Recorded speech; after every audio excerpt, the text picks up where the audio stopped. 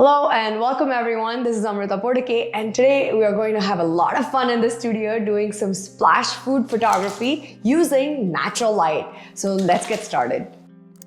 So let's talk details. The way I'm going to set up this shot is having a black background on the bottom, and I also want a black background on the back of the image. If you're new here and have not seen my previous shoots, the way I usually set up a shot is have a background on the bottom and a background on the back, and they usually are aligned with each other in an L-shaped form. So they're right next to each other. Today, I'm going to set it up a little bit different by having this black background right behind me, set up a little bit ahead of the background. I'm gonna cover the back wall with the black side of my 5-in-1 reflector, and here's how I'm gonna do it. I'm covering the back wall with this black 5-in-1 reflector, and I'm gonna leave the background a little bit ahead of it. But as you can see here, this is covered in bright sunlight. I don't want to cover it right now. So what I'm going to do is I'm just going to move it a little bit behind. I'm going to see how the light looks because this is going to require high speed. So I'm going to need a lot of light,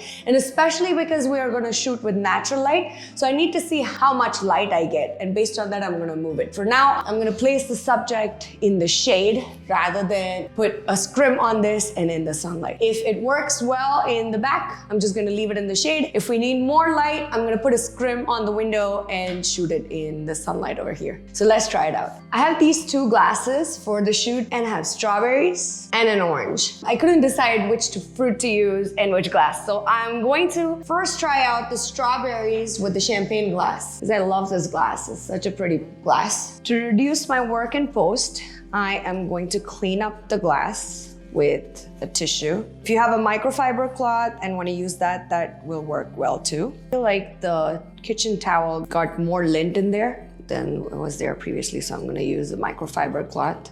There are some smudges inside the glass that I can't get, so I'm just going to leave that. For my camera setup, I'm using my Nikon D810 with the Sigma 50mm Art Series lens. I like this lens because it's fast, and I am planning to shoot vertical images. So setting up my camera on my tripod, I have set up a tethered capture from the camera. The wire is running to my computer. So my camera is connected via a tethered cable, and the cable runs all the way to my iMac. And here on my iMac, I have it set up in Lightroom. All I have to do is using my mouse, just click on the capture button, and it will take a photo. There, it took a second photo. There are two reasons why I've done this. One is because I don't have a remote shutter button. The one that I have is not working on my camera. And the second one is because it is flash photography and all the backgrounds are darker, I want to be able to see it on the monitor how the splashes look like. So this will give me a real-time example of how my photography is looking like. If you all want a detailed tutorial on how to set up your tethered capture, please feel free to comment down below and let me know if you're interested, because I would be more than happy to make a tutorial on this. So this is how the setup looks like for now.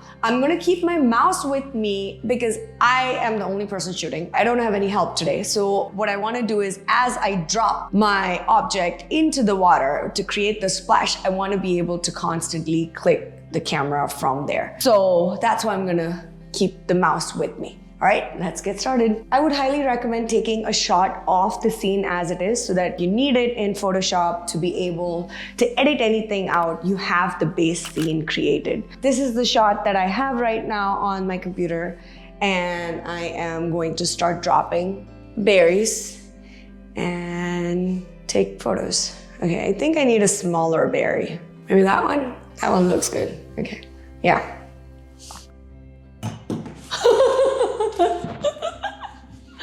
Okay, maybe we need something larger.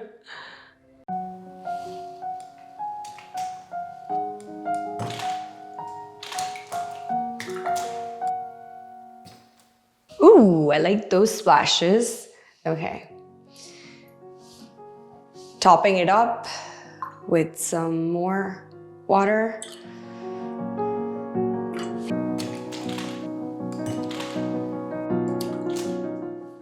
Ooh, did we get that?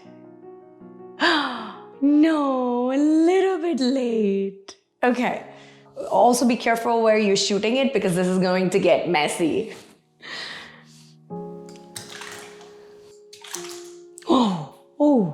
Oh, good splash, good splash.